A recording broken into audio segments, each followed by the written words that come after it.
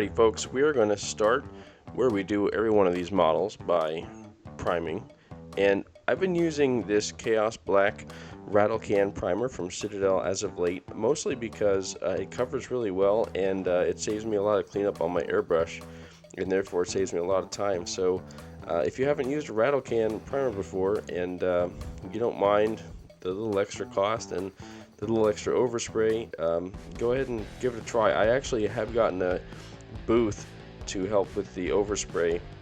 Actually, it came in the middle of this video, so I started without it, and then you'll see later on I actually do have it hooked up. So you will want something to collect the overspray, and because it gets a little stinky, or spray it outside.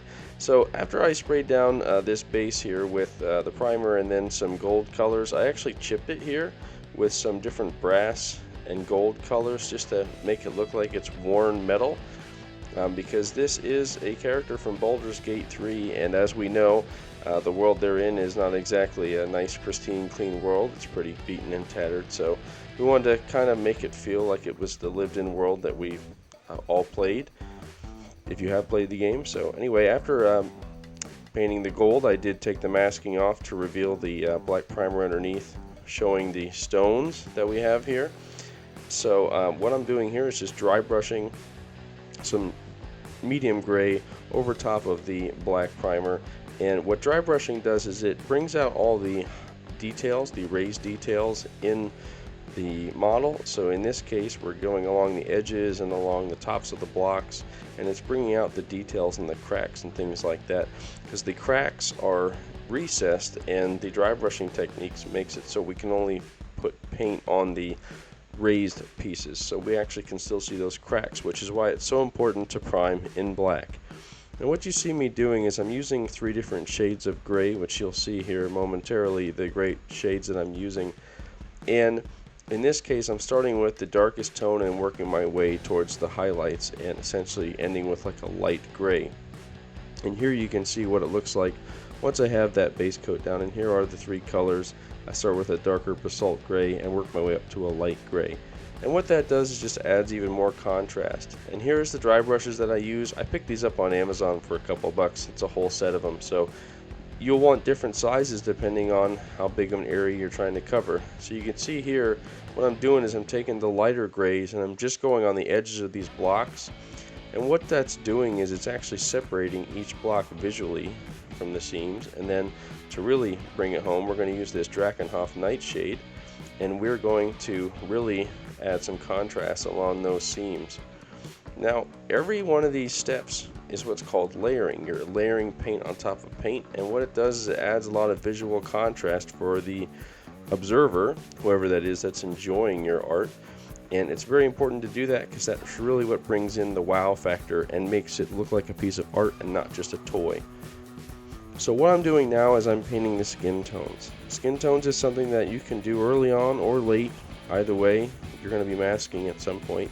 But in this case, what we're going to be doing is starting with her skin tones, because her skin tones are a little different than most of our humans that we've done before. So you can see I'm starting with white, and then I'm going to this skin ink. And for those of you who have been to this channel before, you'll know that I've used this multiple times now as a shadow for skin.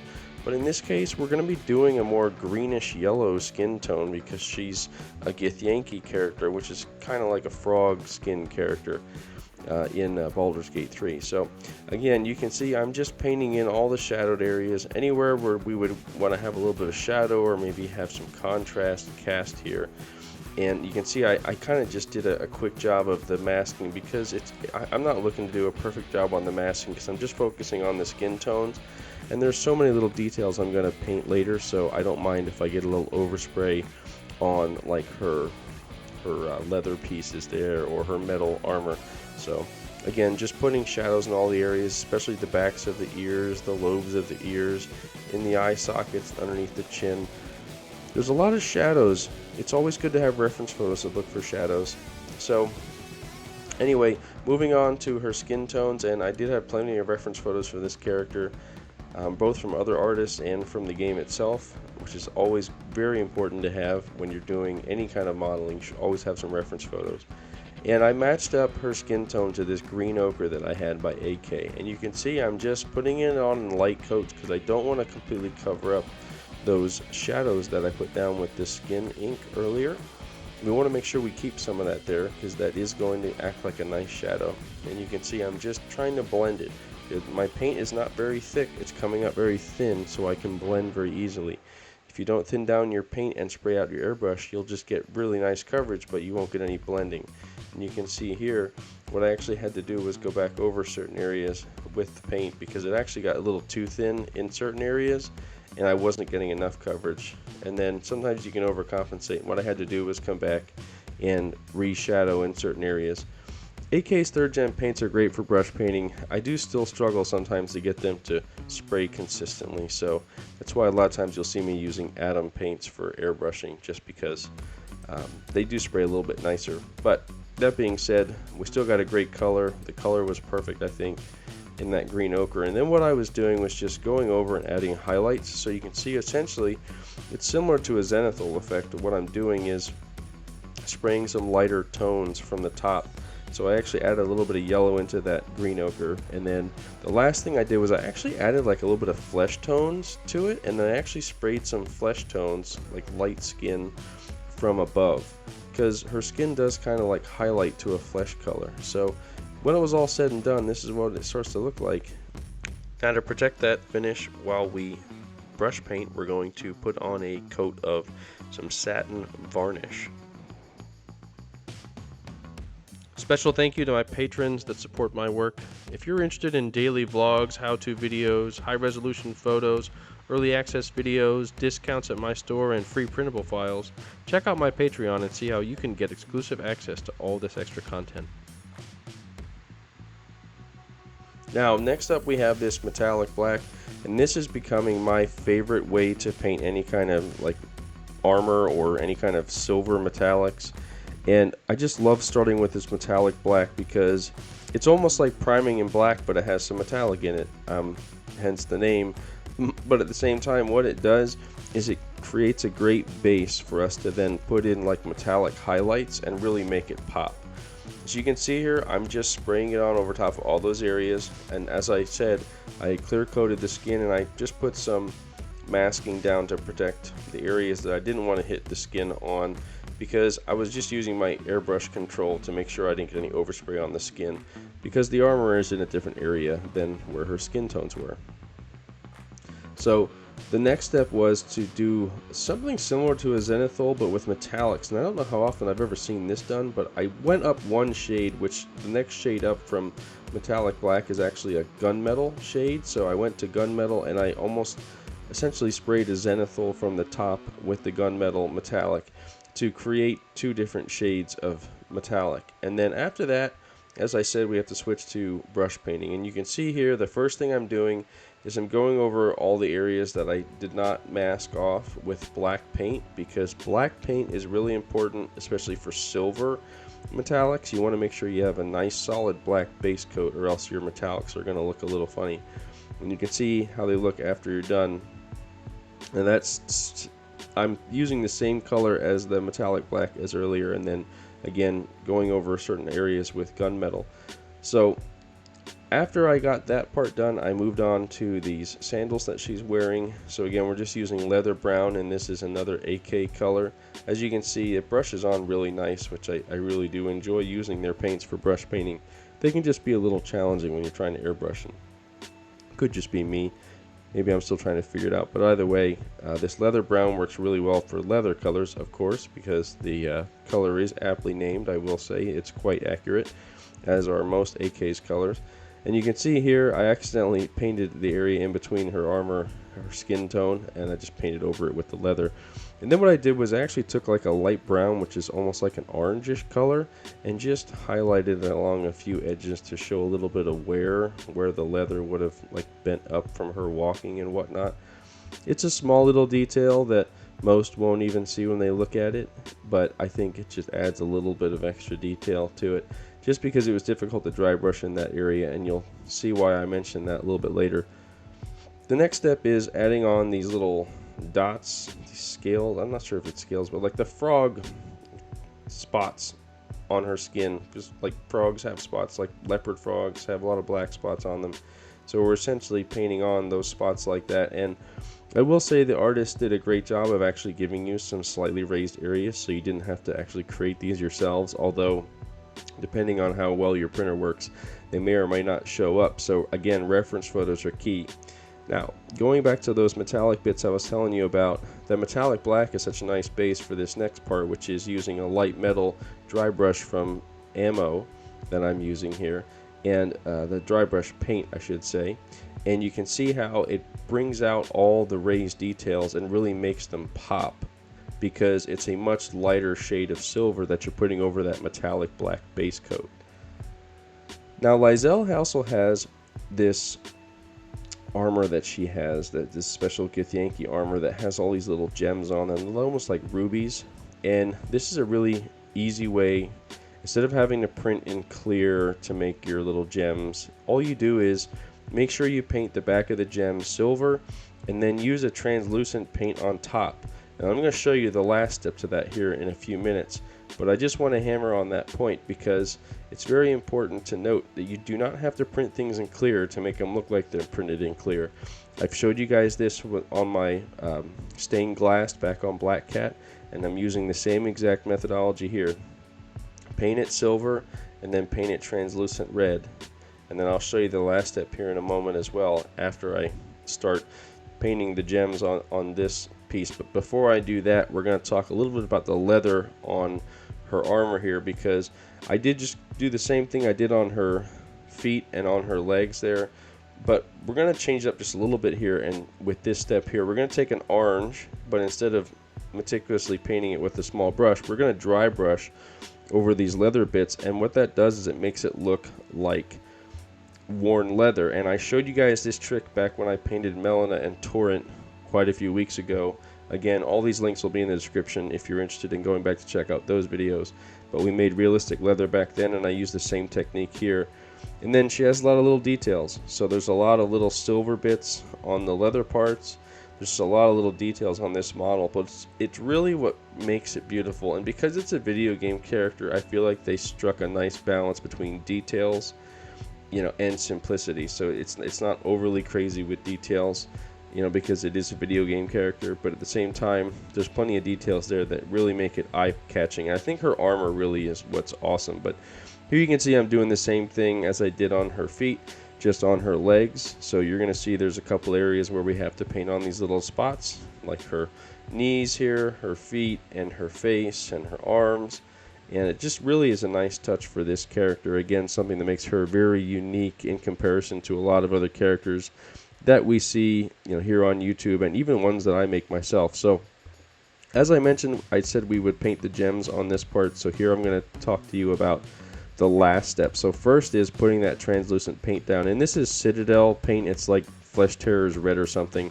But here's the last trick. This is the part that sells it, right? You're putting on a gloss varnish, which is literally a clear coat with a gloss finish, and because it's clear, it looks just as if you printed it in clear. So save yourself the hassle with clear resin and printing, and I mean that stuff's expensive to begin with, and just a hassle to print.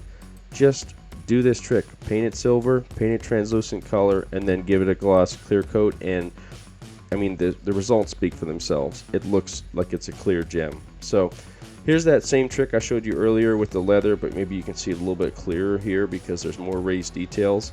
It just looks like it's worn leather, but it's a dry brush technique using orange over brown. And here we can see as her arms get put in place, she's holding her great sword behind her head. And we do have her shoulder guards to put on as well that we made. You can see how she's really starting to come together. And the last thing here before we move on to her face is to take care of the same technique but on her sword. So you can see I already painted the gems, and I'm just doing the dry brushing in light metal as we've done before.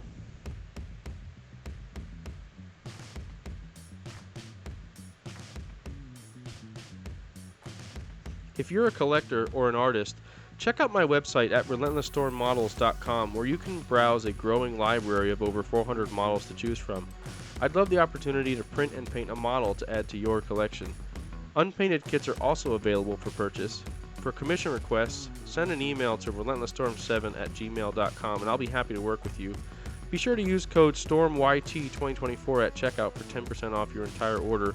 I also have listings on eBay and Etsy, but my entire library can only be found on my Shopify site, relentlessstormmodels.com.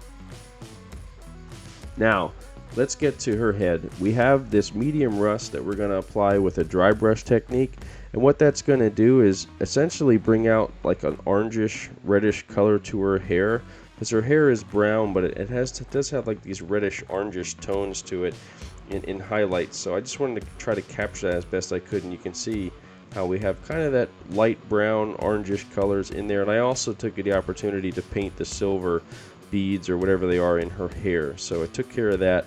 Then we're painting on her face. This is her portrait, so this is the part that I know seems very daunting, and there are a lot of steps, so I will take my time to do my best to show you each one of them. So obviously I did her eyebrows first.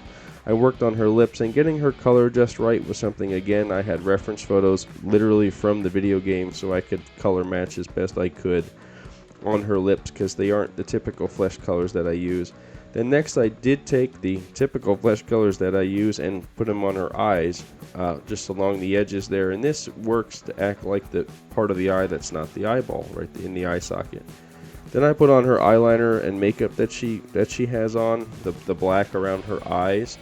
And again, this is where reference photos are really important, because there's nothing on the character to tell you exactly where to put these. You're just following the lines from the reference photo, and what you can't see is right next to my left hand that's holding her, I do have my cell phone with a reference photo on. So really nice thing to do. Again, reference photos, I can't preach it enough. So same thing with her war paint that she has on her face here. So the first thing I did was I'm using a zero brush for all of this, by the way. So this is a very fine detailing brush from Uptyling that I really like. And I've been enjoying using, but I'm doing all the clean lines first to basically get an outline, and then after I get the basic shape that I want, I'm taking a slightly bigger brush with some rough bristles, or I think I might have just flattened out the bristles on my brush, like I literally flattened them out and used the same paint and actually made it a rough edge, so just by flattening out the brush. Then she does have this scar going down her face, so I just used some light pink flesh tones and just filled in that scar as best I could before moving on to, of course, more of her dots. And this is where there were a few that I couldn't see, or maybe the light wasn't catching them right and I couldn't see them sticking up because they just barely have a texture to them. So again, reference photos are extremely important, so you can make sure you get all of these, because there's quite a few on her face that wrap around her eyes and underneath her cheeks. And there you can see what she looks like before we finish her eyes up. So again, all of her makeup's on, all of her dots are on. Now for her eye color, I used like a light flesh color from AK, and it works really well. It's just got like a slightly pinkish tone to it, which I think is a little more realistic looking than just white. And then I'm coming in and painting in the entirety of what her iris will take up, and I use black first to essentially outline where the iris is going to go, because if you look at any eyeball, the iris is not colored all the way to the edge, so you're actually painting in the entire part black first, and then we're going to come in with the color and fill in everything except for a thin line along the edge, and that's going to give us a very realistic look. So here you can see I'm still using that zero brush, and I'm going to use ochre for her eyes, which is a nice yellow tone, and that's kind of what color her eyes are. And you'll see what I do here is I start off with just flat ochre, but then I think I added in like a little bit of white or yellow to it just to kind of lighten it up a little bit as I went. So there's 3 different shades of that ochre going into her eyes, and that adds a little bit of variation and color, just like in a real eye. It's usually not just one color. And then once I have those different shades in there, which I've tried to do a little bit lighter towards the bottom, a little bit darker towards the top, I'm going to go ahead and put in her eye, or her pupils. But now her pupils are kind of like almost like cat eyes, where they're like lines going up and down. So I tried to mimic that as close as I could, but only half of her, iris is open, so you can see towards the bottoms of it. And then after we have that in, there's another important step that I forgot to do before I put this gloss on. So we're going to come back to that in just a moment. But putting the gloss varnish on is very important to making it look like real eyes, because eyes are wet. Just like lips, they can be a little wet, and then you want to have the gloss there. So this is the step I actually forgot to do before the gloss, but it's okay, you can do it after.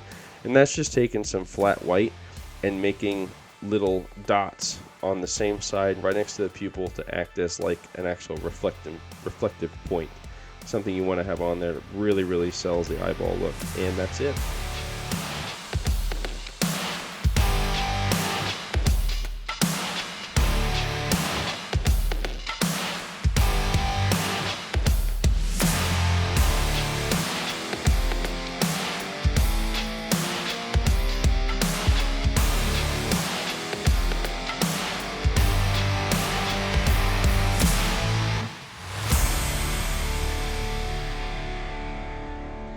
I hope you all enjoyed that build as much as I did.